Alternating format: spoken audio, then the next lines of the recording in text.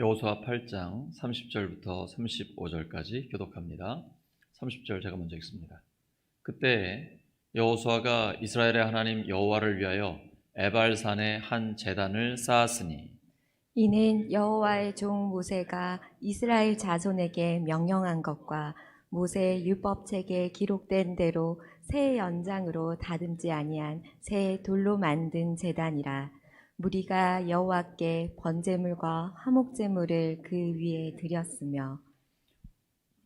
여호수아가 거기서 모세가 기록한 율법을 이스라엘 자손의 목전에서 그 돌에 기록하매 온 이스라엘과 그 장로들과 관리들과 재판장들과 본토인뿐 아니라 이방인까지 여호와의 언약궤를 맨 레위 사람 제사장들 앞에서 궤 좌우에 서되 절반은 그리심산 앞에 절반은 에발산 앞에 섰으니 이는 전에 여호와의 종 모세가 이스라엘 백성에게 축복하라고 명령한 대로 함이라.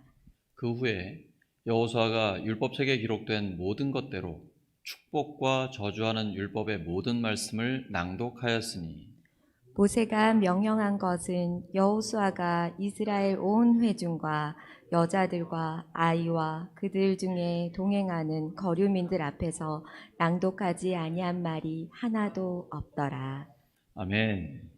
여호수아 10번째 시간 하프타임 다시 말씀으로 하프타임 다시 말씀으로라는 제목으로 하나님의 말씀 전하겠습니다. 저는 40대 중반까지 중고등부와 청년부를 담당했습니다. 종종 학생들, 청년들과 함께 축구를 하곤 했는데요. 막 미친 듯이 공을 따라다니다 보면 저도 모르게 제가 고등학생이 된 것 같은 착각을 할 때가 있습니다. 하지만 그거는 그냥 착각일 뿐이죠. 전반전이 끝나고 나면 숨이 턱에 차오르고 거의 죽기 직전까지 갑니다. 그러면 학생들이 보지 않는 그 자리에 가서 뻗어 있다가 이렇게 현실을 체감하게 되죠. 제 나이를 그때서야 이제 깨닫게 되는 그런 깨달음의 시간이었습니다. 하프타임은 저에게 생명같이 소중한 시간이었습니다. 현실로 돌아와 제 나이를 실감하게 해주는 그런 시간이었죠. 저는 부목사로 9년간 사역을 했는데요.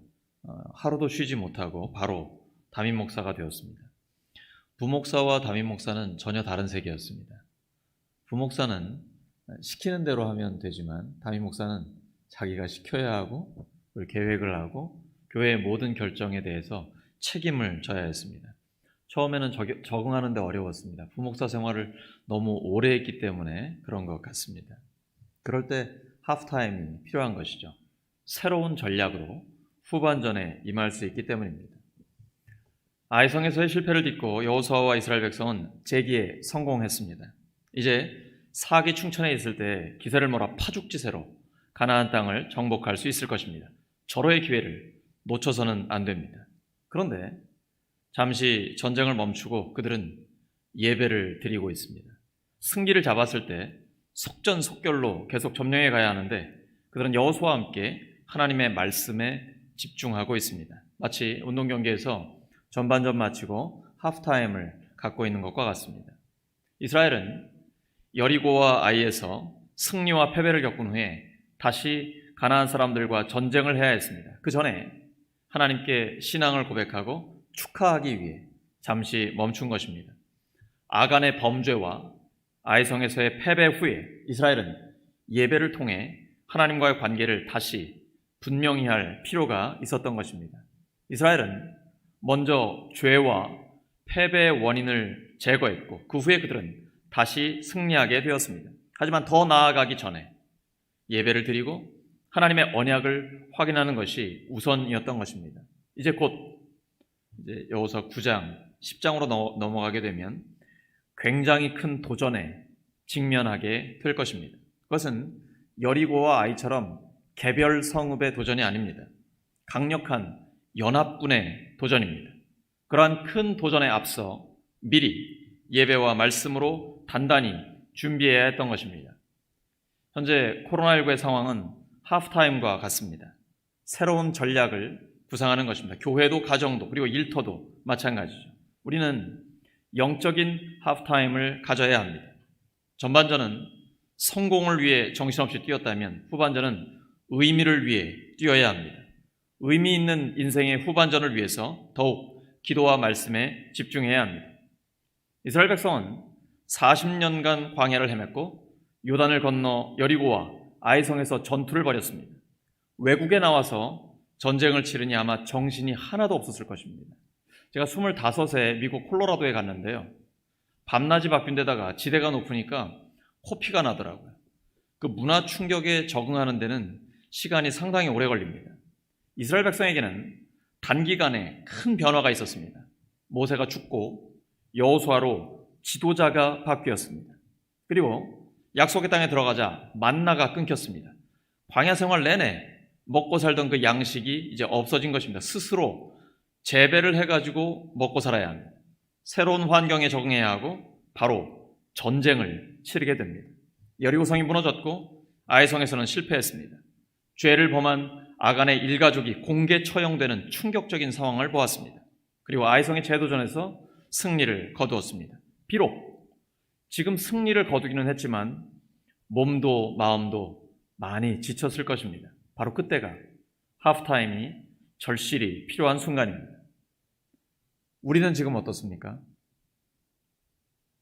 너무 정신없이 달리고만 있지 않습니까? 건강도 돌보지 못하고 가족과 함께할 시간도 못 내고 돈 벌고 성공하기 위해서 가장 중요한 것들을 너무 많이 희생하고 있지는 않습니까? 우리의 속사람은 건강합니까? 굉장히 예민하고 누가 뭐라고 한마디만 해도 상처를 받기도 하고요. 기도도 잘 안 되고 성경을 읽어도 깨달음이 없고 너무 힘들지 않습니까? 잠도 안 오고 밥맛도 없고 그렇진 않나요? 그렇다면 지금이 바로 영적인 하프타임을 가져야 할 때입니다. 아이성에 다시 도전해서 승리한 이스라엘처럼 우리가 하나님의 말씀에 순종해서 승리한 뒤에는 어떻게 자기 관리를 해야 할까요? 승리 뒤의 관리가 중요합니다. 그래야 계속해서 승리할 수 있습니다. 첫째, 다시 예배의 자리로 나아가야 합니다. 따라하시죠. 다시 예배의 자리로 나아가야 합니다. 승리를 주신 분은 하나님이시기 때문입니다. 여호수아가 사람의 손으로 다듬지 않은 자연석으로 제단을 쌓은 것처럼 하나님 앞에는 정직하게 나아가야 합니다. 제가 우리 교회 이 LCD를 바꾼 뒤에 제 수염까지 다 보인다 그래가지고 지난주까지는 비비크림을 발랐습니다. 근데 오늘 제가 말씀 준비하면서 인위적으로 다듬지 않은 돌을 가지고 제단을 쌓으라는 말씀을 듣고 이제 안 하기 시작했습니다. 그냥 있는 모습 그대로 나가는 게 제일 좋습니다. 하나님 앞에는 정직하게 나아가야 합니다. 사실 아이성에서 가나안 사람들의 영토를 지나서 약 32km 떨어진 에발산까지 북상하는 것은 군사 전략적 측면에서는 말이 안 되는 일이었습니다. 지금 한창 전쟁 중이고 방금 3번이나 전투를 치렀고 주변에는 전부 다 적들입니다. 그런데 200만이 32km나 북상을 해가지고 거기 가서 예배를 드린다? 여러분이 장군이라면 이렇게 하시겠습니까? 근데 지금 굉장히 무리해 보이는 일을 하는데요. 이스라엘이 하나님과의 관계를 회복하고 하나님의 말씀에 순종하기 위해서는 꼭 필요했던 것입니다. 이스라엘 백성은 여기에서 하나님께 번제물과 화목제물을 드렸습니다. 번제는 죄를 씻기 위한 것이고 화목제는 하나님은 물론 공동체와의 관계를 다시 공고히 다지려는 것이었습니다. 비록 아이성에서 실패했지만 그것으로 완전히 끝난 것이 아니고 하나님의 백성은 죄 용서를 받고 다시 앞으로 나아갈 수 있습니다. 그것이 바로 예수님의 죽으심과 부활의 복음의 능력입니다. 우리는 어떠한 상황 중에 있을지라도 하나님 앞에 나오면 용서받습니다. 그리고 다시 시작할 수 있습니다. 그리고 죄 용서는 결국 하나님 그리고 그분의 백성들과 교제로 이어지게 됩니다. 그런데 여러분, 왜 하필 저주를 선포하는 에발산에서 예배를 드릴까요? 그것은 우리의 모든 저주와 죄를 대신 지시고 십자가에 죽으시고 부활하신 예수님을 예표하는 것입니다. 모든 사람은 하나님 앞에 죄를 지어 죽었지만 예수님께서 그 죄를 용서해 주셔서 하나님과 우리 사이를 화목하게 해 주셨습니다. 하나님의 백성은 예수님의 죽으심과 부활로 새롭게 됩니다. 부활하신 주님의 능력은 저주의 산을 축복의 산으로 바꾸십니다. 따라하시죠. 저주의 산을 축복의 산으로 바꾸십니다. 영적인 하프타임의 핵심은 예수님의 죽으심과 부활입니다. 단순히 쉬는 것이 아닙니다. 부활하신 주님과 함께 다시 일어서는 것입니다. 그때 영적인 치유가 일어납니다. 진정한 회복이 나타납니다. 그래서 영혼의 치유가 일어나면 우리의 정서적인 그리고 마음의 육체적인 치료까지 다 일어나게 되는 것입니다. 우리 그리스도인들이 성만찬을 하는 것도 마찬가지입니다. 우리가 그리스도 안에서 가지고 있는 죄 용서를 기억하는 것입니다. 그리고 그리스도와 다른 사람들과 함께 교제를 갖는 것입니다. 둘째, 교회 전체가 하나가 되어야 합니다. 따라하시죠. 교회 전체가 하나가 되어야 합니다. 왜냐하면 모두가 하나가 되어 함께 이룬 승리이기 때문입니다. 서로가 서로를 칭찬하고 격려해야 합니다. 오늘 주일오전 일부 예배 찬양팀이 점점 더 강화가 되죠. 남자분들이 점점 더 많아지죠. 굉장히 좋은 현상입니다.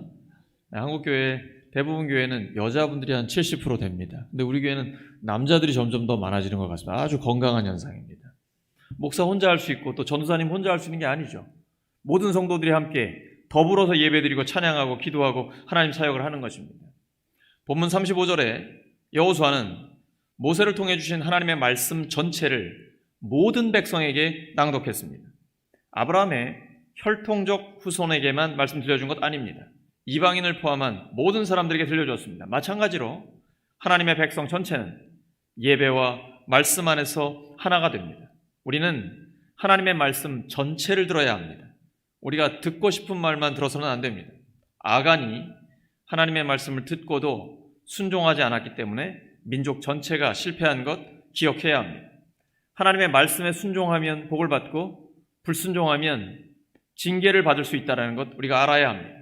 말씀 전체를 순종하는 것이 계속해서 승리할 수 있는 비결입니다. 이스라엘 백성은 지금 전쟁 중입니다. 3번의 전투를 마쳤고 사방에 적들이 깔려 있습니다. 그런데 그들은 예배를 드리며 말씀에 집중하고 있습니다. 우리도 삶이 전쟁 같지 않습니까? 일주일 내내 여러분이 6일간 전쟁을 치르셨기 때문에 주일에는 너무 많은 사역은 하지 마십시오. 여러분 너무 힘들면 꼭 저에게 말씀을 하셔야 됩니다. 그래야 사역을 분배하고 여러분이 지쳐 쓰러지는 일이 없습니다. 주일 사역은 여러분이 쉬면서도 감당할 수 있는 그런 사역이 되어야 합니다. 왜냐하면 우리가 쩐의 전쟁이라고 하지 않습니까? 꼭 삶이 전쟁 같기 때문에 그렇죠. 하지만 이스라엘보다 더 할까요? 이스라엘은 실제로 전쟁 중이기 때문입니다. 우리 중에 이스라엘 백성보다 더 바쁘고 지친 사람이 있을까요? 그러므로 우리도 예배와 말씀에 집중할 수 있습니다. 며칠 전에 아내와 함께 목회자 모임에 가고 있는 중이었습니다. 시간이 빠듯했습니다. 그대로 가도 약속을 지킬까 말까 하는 상황이었는데 제 아내가 기름이 떨어졌다고 하더라고요. 너무 바빠서 기름 넣을 시간이 없었습니다. 그래서 그냥 가면 어떻게 될까요? 아예 못 갑니다. 가다가 섭니다. 그래서 어쩔 수 없이 주유소에 들렀습니다. 우리가 아무리 바빠도 하나님께 예배드리고 말씀을 듣는 것은 꼭 해야 합니다. 수많은 정보와 인간의 소리를 들어도 해결되지 않던 것이 하나님의 말씀 한마디에 해결이 됩니다. 그것이 말씀의 능력입니다. 따라하시죠. 말씀에는 능력이 있습니다. 말씀에 순종할 때 진정한 승리와 형통이 따라옵니다. 예배를 통해 믿음과 소망, 사랑이 충만해집니다. 다시 일어설 용기를 얻습니다. 하나님이 함께 하신다는 확신을 갖게 됩니다. 그래서 영적인 하프타임에는 하나님의 말씀에 더욱 집중하는 것입니다. 그래서 바쁘면 바쁠수록 말씀에 붙들려야 합니다. 새벽 기도에 목숨 거는 이유가 거기에 있는 것입니다. 요한복음 8장 31절 32절입니다. 시작. 너희가 내 말에 거하면 참으로 내 제자가 되고 진리를 알지니 진리가 너희를 자유롭게 하리라. 아멘. 여기서 내 말, 예수님의 말씀에 거한다는 건 예수님의 말씀에 딱 붙어 있다는 겁니다. 그러면 참 예수님의 제자가 되고 진리를 알게 됩니다. 성경이 내 삶에 진짜로 이루어지는 것을 경험하게 되면 그때 감격이 생기는 것입니다. 구원의 감격이 새롭게 되는 겁니다. 처음 사랑을 회복하게 되고 점점 더 성숙한 사랑으로 나아갈 수가 있는 것입니다. 첫째 조건입니다. 예수님의 말씀에 딱 붙어 있어야 됩니다. 그래야 예수님의 제자고 진리를 알게 되고 그 진리가 우리를 자유롭게 하는 것입니다. 사도 바울은 말씀에 붙잡혀 능력 있게 쓰임 받았습니다.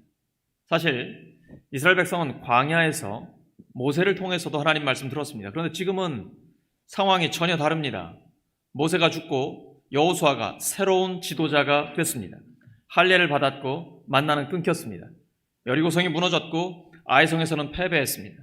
패배의 원인인 아간의 가족, 그들의 형제 아닙니까? 처형을 당했고 아이성의 재도전에서 승리했습니다. 약속의 땅을 정복하는 것은 장난이 아닙니다. 광야에서 이론으로 듣는 것과 현장에서 실전에 부딪히는 것은 전혀 다른 것입니다.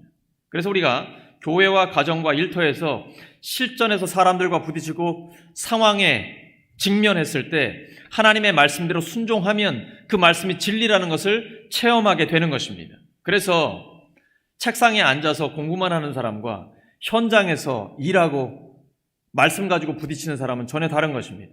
성경이 실제로 우리의 삶에 이루어지는 것을 경험할 때 말씀을 듣는 자세가 달라집니다. 가나안 정복의 초반에 지금 성공과 실패, 고난과 영광이 하나님의 말씀에 담겨져 있습니다. 그리고 앞으로 전개될 미래의 소망도 말씀에 이미 기록되어 있습니다. 말씀을 듣는 백성들은 그것을 깨닫게 되는 것입니다. 말씀을 듣다 보면 과거의 나의 삶이 해석이 됩니다. 그 현재 내가 결정해야 될 때 하나님이 지혜를 주십니다. 미래로 어떻게 나아가야 될지 방향을 제시해 주십니다. 하나님의 말씀은 그렇게 깨닫게 해주시는 것입니다. 저는 전에도 여러 번 여호수아 강의를 했습니다. 그런데 우리 울산교회에서 10개월 목회하면서 읽고 있는 여호수아는 전혀 다른 말씀입니다. 지금 나에게 그리고 우리 교회에게 주시는 하나님의 말씀이라는 것을 깨닫고 있습니다.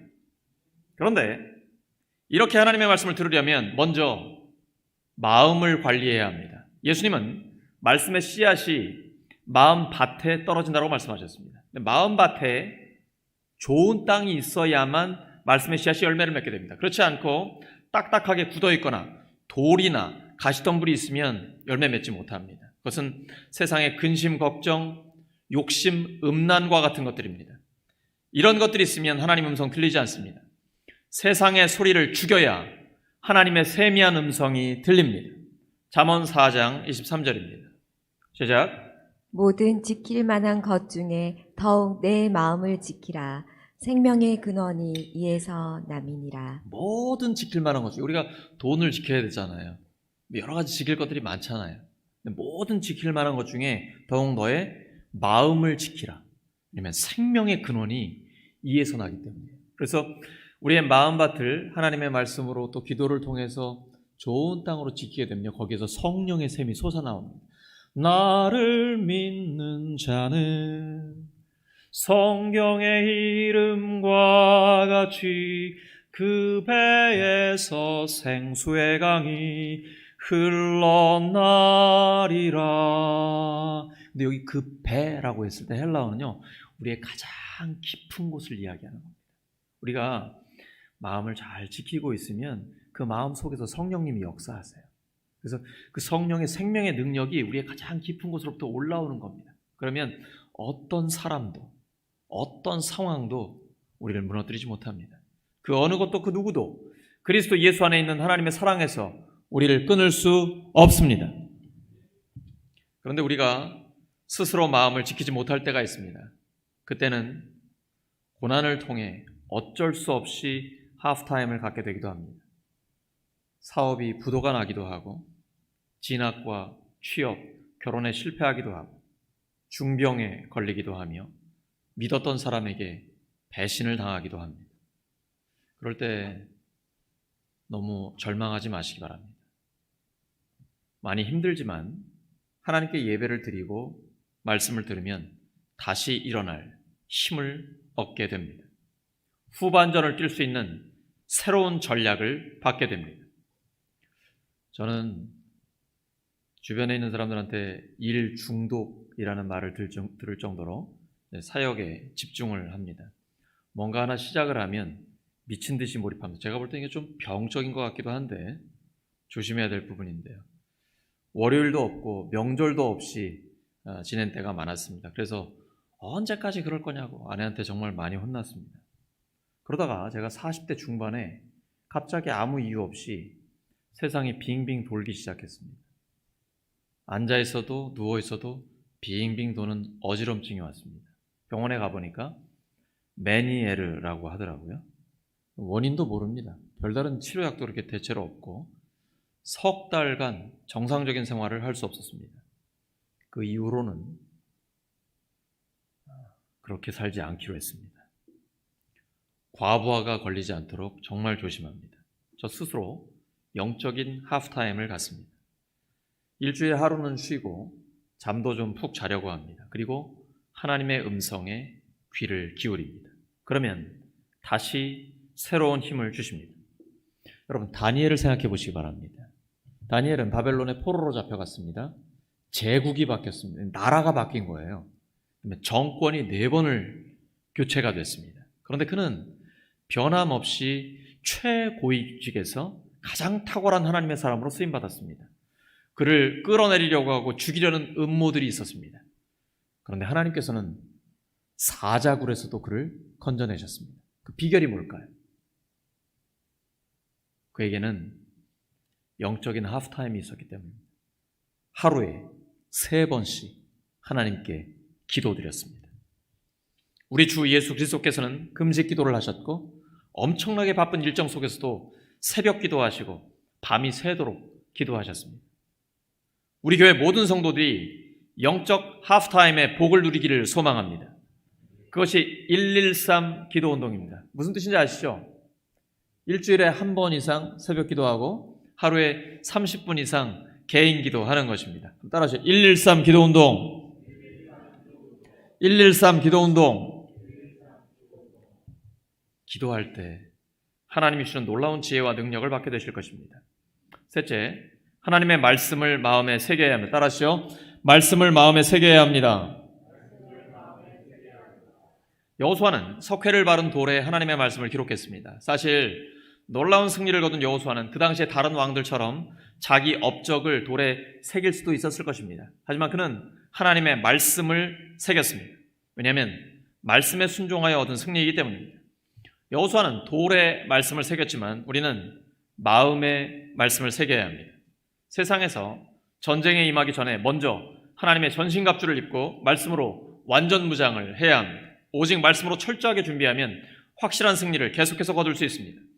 에베소 6장에 보시면 하나님의 전신갑주가 나오죠. 진리의 허리띠, 의의 호심경, 평안의 복음의 신, 구원의 투구, 믿음의 방패, 성령의 검, 하나님의 말씀. 여기 중요한 건 진리지 허리띠가 중요한 건 아닙니다. 이 전신갑주는 당시 세계 최강 군대였던 로마 군대의 그 병사의 모습을 참고하고 있는 것입니다. 진리의 허리띠입니다. 요한복음 14장 6절입니다. 요한복음 14장 6절 시작.